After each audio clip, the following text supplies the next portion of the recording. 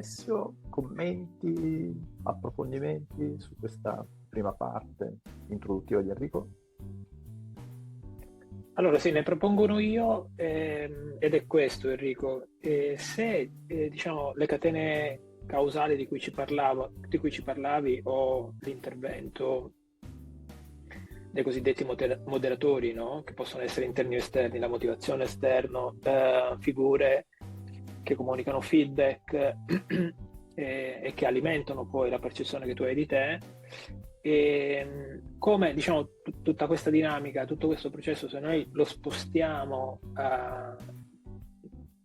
nel percorso duale che è orientato a altri oggetti di apprendimento, le competenze lavorative, potrebbe funzionare, non potrebbe funzionare, entrerebbero in gioco altri elementi. Insomma, mi piacerebbe cogliere un tuo punto di vista su questo, cioè se c'è sovrapposizione rispetto alle evidenze più consolidate o qualcosa cambierebbe perché cambiamo settore, non più scolastico e quindi non più italiano e matematica, ma competenza lavorativa, rapporto con i colleghi, rapporto con i capi azienda, rapporto con i tutor, produzione, processi produttivi, rapporti con i clienti, insomma cambiano parecchie cose.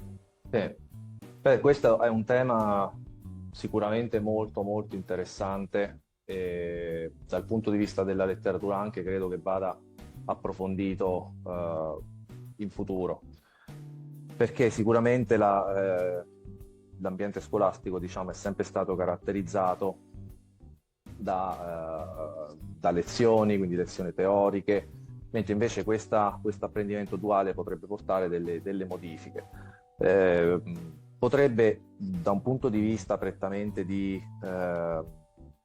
diciamo di psicologia del lavoro e dell'organizzazione, potrebbe un po' rompere quella che è la transizione dalla scuola al lavoro, perché la transizione dalla scuola al lavoro si porta dietro non solo dei problemi di formazione, quindi avvengono molti cambiamenti a livello di approccio al proprio ambiente organizzativo, ma apporta sicuramente anche dei cambiamenti a livello emotivo e personale.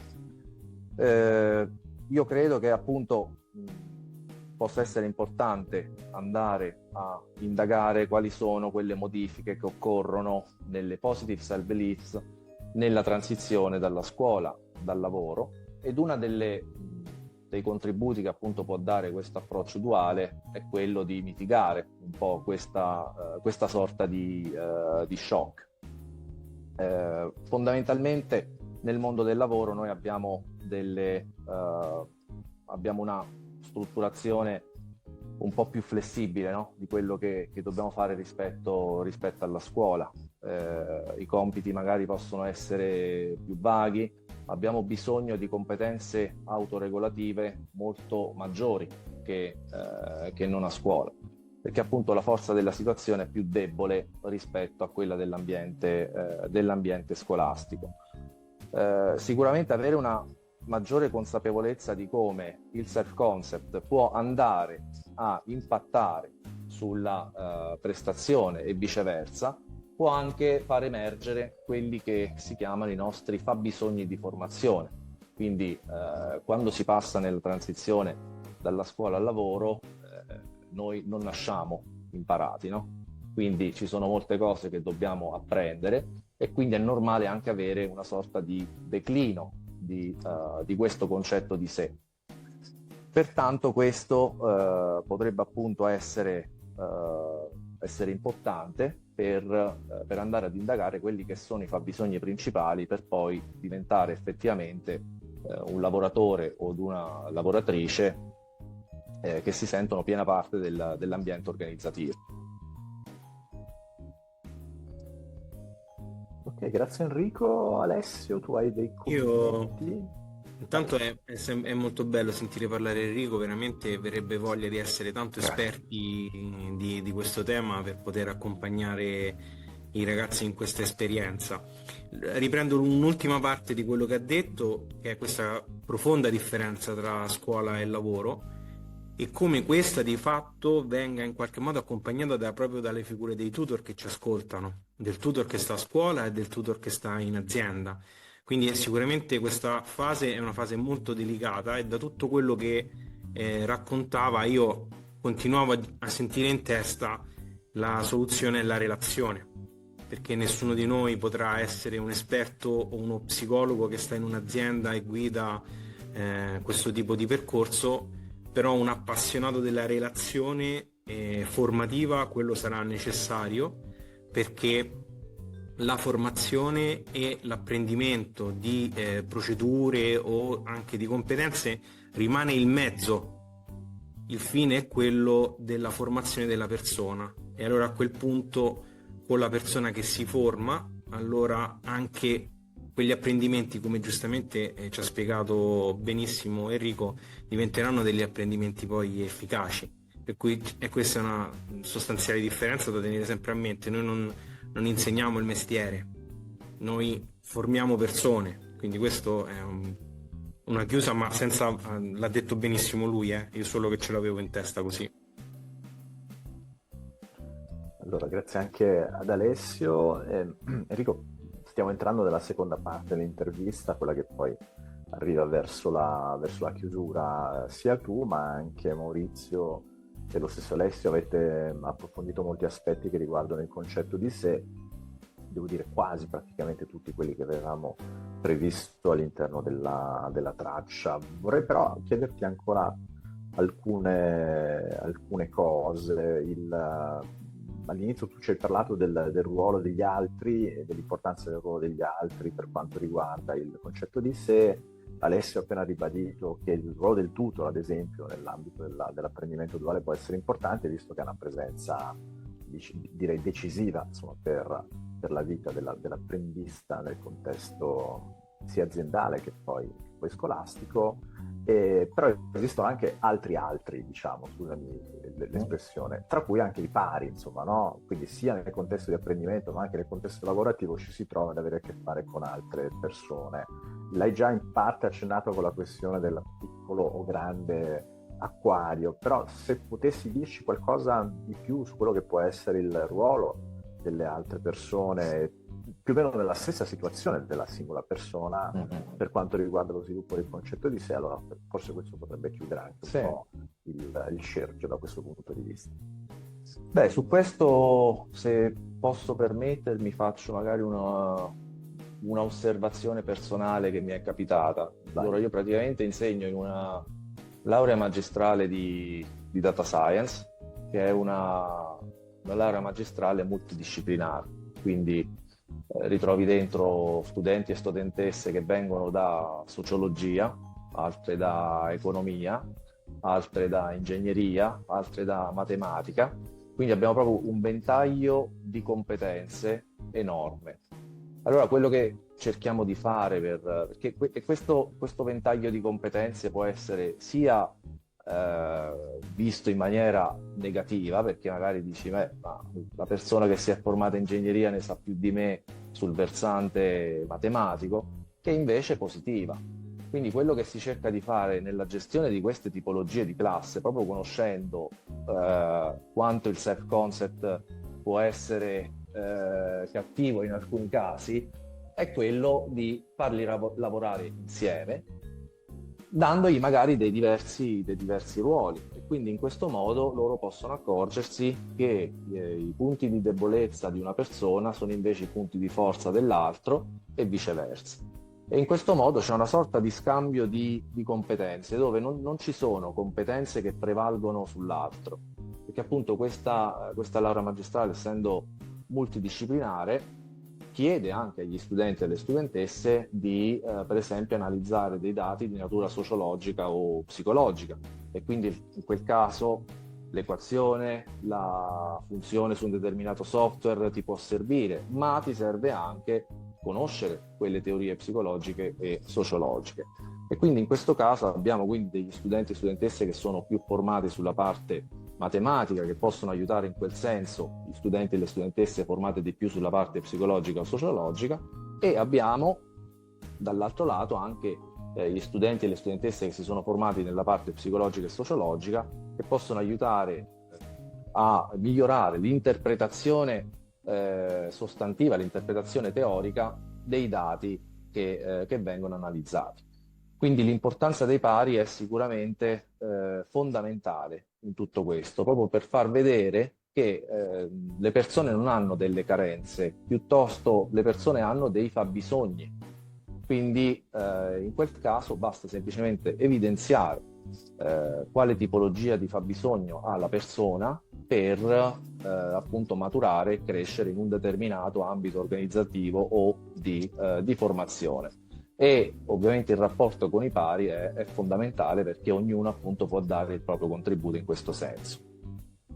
Quindi Enrico, non so se possiamo dirlo anche in termini quasi di suggerimento, questa parte dei suggerimenti era un po' l'ultima sezione dell'intervista. Da quello che capisco, da quello che dici tu, il fatto di coinvolgere l'apprendista già da subito in un contesto in modalità sociale, quindi di fatto favorendo il più possibile l'interazione e la collaborazione con le altre persone che stanno all'interno dell'azienda, non necessariamente apprendisti come lui, ma anche persone che già lavorano. Di fatto il duale avviene in un contesto organizzativo tra virgolette ordinario, quindi le persone con cui ha a che fare l'apprendista sono persone che hanno la propria collocazione lavorativa, già lavorano all'interno dell'azienda, non solo con gli apprendisti. Quindi, per tornare a quello che dicevi tu, potrebbe essere interessante sia per conoscere meglio il proprio concetto di sé, ma anche per contribuire a svilupparlo un po' di più, questo scambio, questa interazione con le altre persone, perché come dicevi tu, il fatto di interagire con persone che hanno livelli diversi di competenze e anche di esperienza riguardo ad un determinato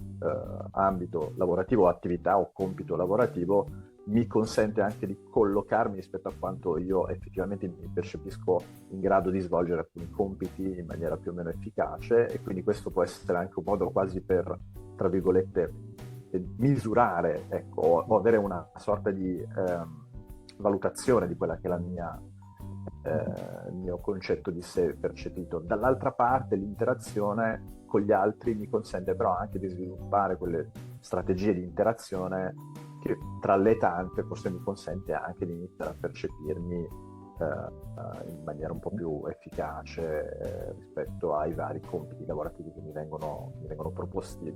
Secondo te è possibile ragionare in questi termini come suggerimento pratico? Sì, assolutamente. E comunque sappiamo bene che in ambito organizzativo una delle cose più importanti da fare all'inizio è quella della mappatura delle competenze e delle caratteristiche del lavoro, quella che noi di psicologia del lavoro e delle organizzazioni chiamiamo job analysis. È soltanto appunto da questo step che poi possiamo effettivamente fare un'autovalutazione di quelle competenze che ci servono per diventare appunto delle persone performanti in quel determinato lavoro. Qui continuo a ripetere però che uno degli aspetti fondamentali che modera questa relazione è proprio la motivazione. Quindi io credo che appunto se non ci sono dei buoni livelli di partenza, di motivazione, è difficile poi riuscire a creare un nesso tra quello che è il self-concept e quello che è la prestazione effettiva. Ok, quindi tu dici prima forse di immergersi nell'affrontare la conoscenza prima e il potenziamento del concetto di sé, un'altra dimensione che è importante, diciamo, curare in maniera quasi propedeutica o preparatoria è l'aspetto motivazionale, cioè quanto la persona poi ha energie per sentirsi costantemente coinvolto con l'attività lavorativa, con l'interazione con i propri colleghi e con il raggiungimento dei propri obiettivi professionali e lavorativi e di apprendimento anche in questo caso. Sì, anche allora, di apprendimento. Io rimanderei la palla nuovamente a Maurizio ed Alessio, anche per fare una chiusura insieme collettiva, anche per in parte riprendere i contenuti principali che ha condiviso con noi Enrico. Maurizio, Sì, prego Alessio. Sì. Prima di lasciarti la palla sulla sintesi, questo tema della motivazione ci richiama alla valenza dell'orientamento che ha questa esperienza del duale, come abbiamo già detto in altri podcast, perché abbiamo tra le mani dei giovani futuri lavoratori in obbligo di istruzione, per cui questo tema dell'obbligo del fare con la motivazione è un tema molto ampio e aperto, però il duale serve anche per immergersi in questa storia di scelta, di comprensione di chi si è e di chi si sarà.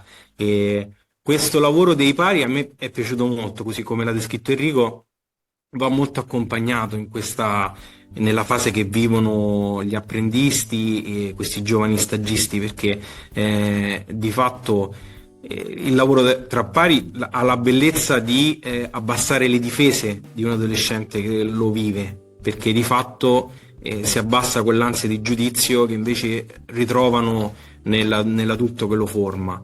E poi chi aiuta, cioè, diciamo, impara il doppio, volendo semplificare un po', no? Perché nel momento in cui si butta in questa fase di insegnamento, sicuramente l'apprendimento aumenta. È importante non lasciarli da soli, e questo i tutor che insomma ci sentono sicuramente ne hanno già fatto esperienza, per non far sì che si sostituiscano a chi viene aiutato, che è la grande tentazione dell'adolescente che aiuta l'adolescente, quello di sostituirsi, di fare per lui. E quindi è un processo molto ricco che però va accompagnato ed è molto delicato, però dà grandi risultati.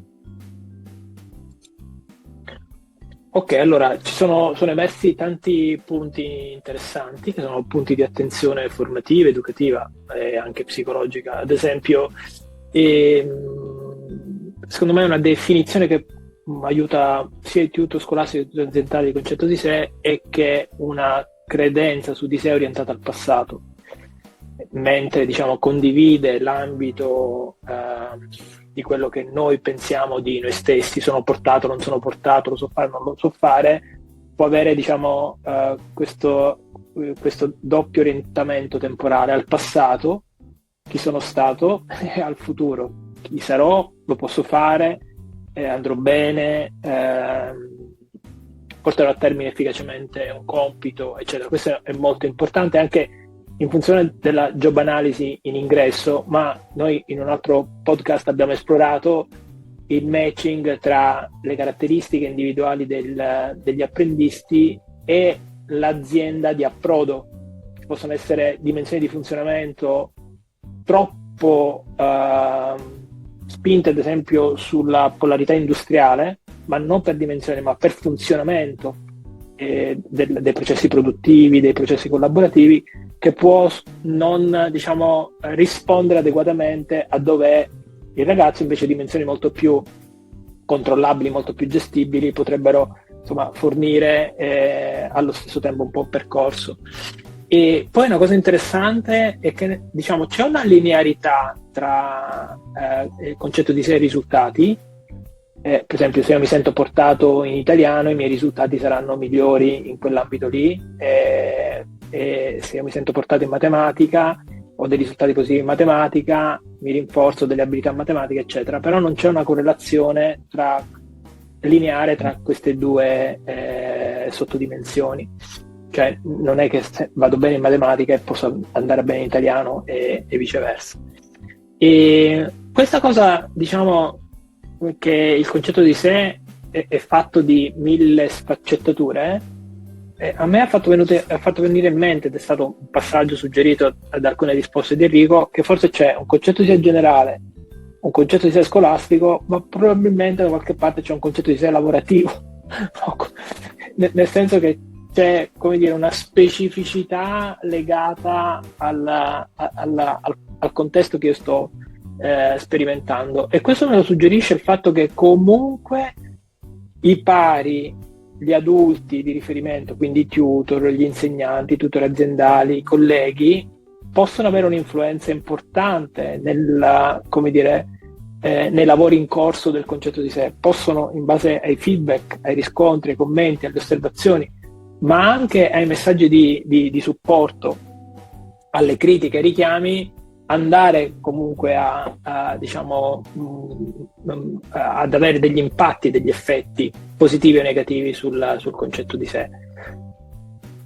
Oggi, diciamo, sono emerse due cose importanti che la motivazione sembra, diciamo, un aspetto che noi non possiamo escludere in questo disegno di catene causali e questo, diciamo, è una cosa importante da tenere in mente sempre bene. E poi per esempio in un altro podcast noi abbiamo esplorato la dimensione collaborativa e di confronto tra gli alunni quando ritornano dall'esperienza degli allievi, quando ritornano dall'esperienza duale.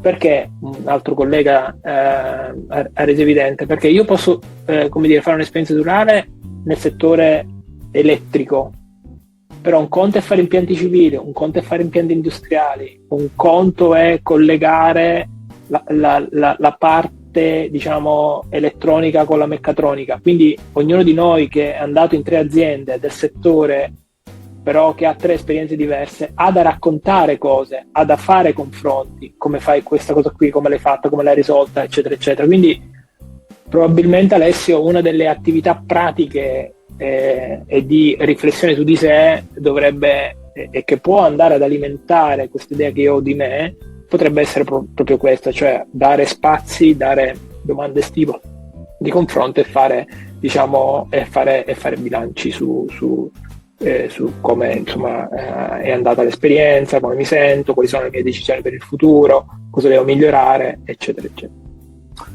Ok, allora grazie a Maurizio per quest'ultima riflessione, io ringrazio anche Enrico, grazie anche Alessio. Grazie a voi. E chiudiamo qua l'intervista Enrico, grazie a te e grazie a tutti per averci seguito in questo podcast dedicato alla valutazione dei processi di apprendimento nei percorsi duali.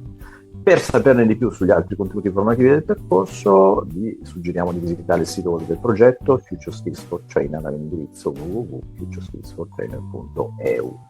È tutto e arrivederci al prossimo podcast. Grazie a tutti.